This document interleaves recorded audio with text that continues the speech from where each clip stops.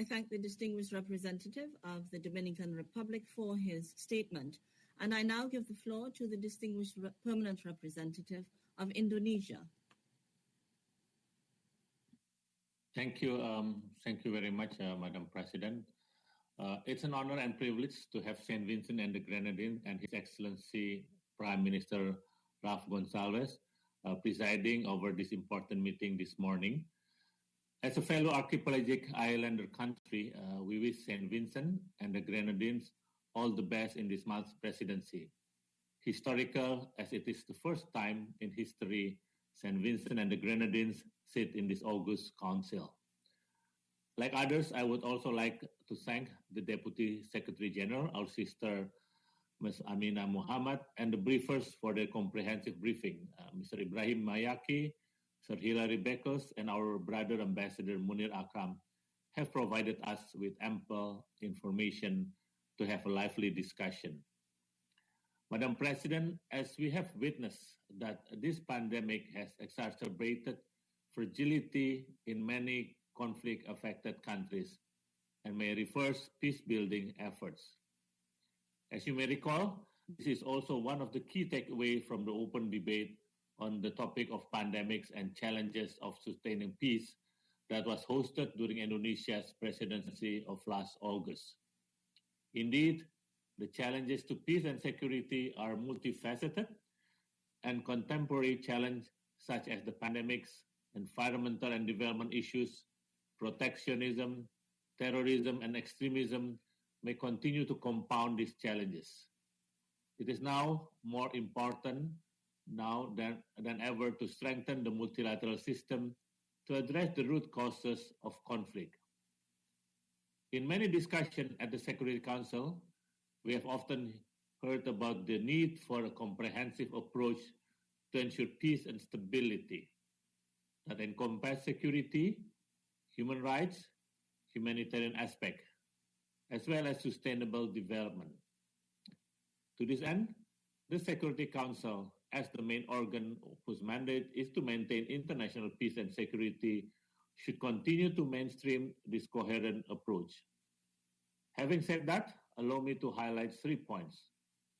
First, strengthening national capacities. Ensuring an effective state presence, protection and provision of basic needs of the population, and combating poverty and inequality are key to sustainably break the conflict cycle. It is imperative to build and strengthen institutional capacities of conflict-affected countries to create enabling environment for peace and security, so that national stakeholders can take a holistic approach in addressing the root causes of conflict. This includes investing in national capacities for conflict prevention. This should continue to be one of the priority mandates of UN Special Political Mission and Peacekeeping Operation, to ensure that the UN mission mandated by the Council provide strong foundation for long-term and sustained socio-economic development.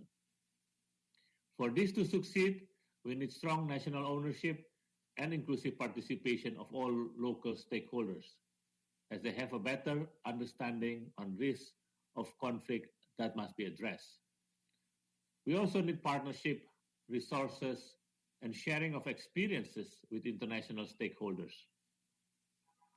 The second point is enhancing synergy between the works of all UN systems.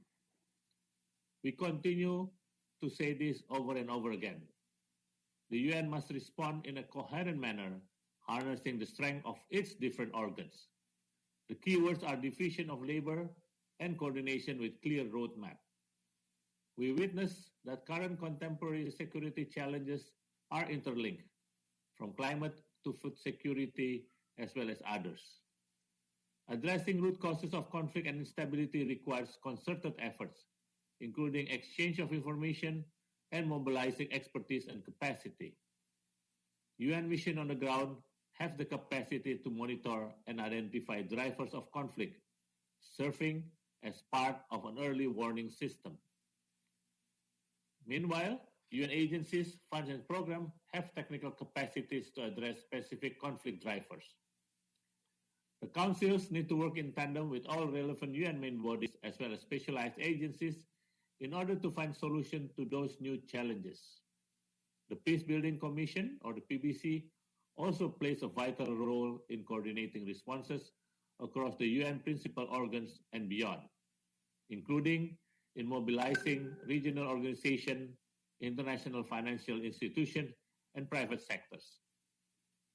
The third point is the role of regional and sub-regional organizations. Countries in one region often face similar challenges. Such challenges sometimes are also transboundary and interconnected in nature. Such problems require strong cooperation among countries in the region.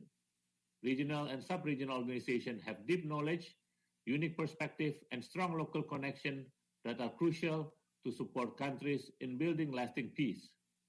This potential should be leveraged to prevent, manage, and resolve conflict, as well as to collectively address the drivers of conflict and instability.